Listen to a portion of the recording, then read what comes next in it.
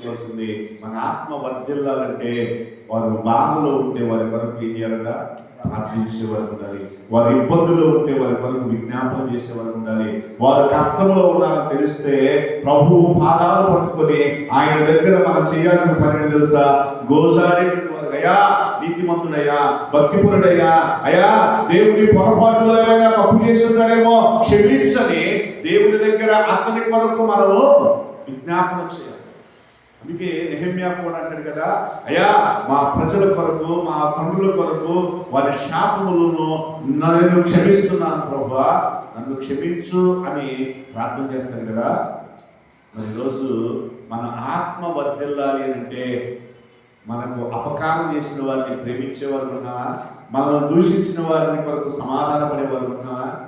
సమాధాన పడినప్పుడు మన ఆత్మ వర్ధిల్లుతుందా? మనం సుఖంగా ఉంటామా? క్షేమంగా ఉంటామా? అన్నీ ఉన్నా నెమ్మది లేదు. ఏమంటే అందరూ ఉన్నా కానీ ఐక్యత లేదు, సమాధానాలు లేవు. కారణం ఏంటి తెలుసా?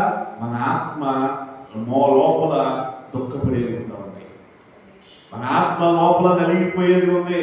అయ్యో ఒకప్పుడు బాగున్నామే, ఈరోజు మాట్లాడుకోవట్లేదు. ఒకప్పుడు ప్రేమగా ఉన్నామే, ప్రేమ దూరం అయిపోయింది. ఏంటయ్యా అని ఏదో ఆలోచన చేస్తున్నావు కానీ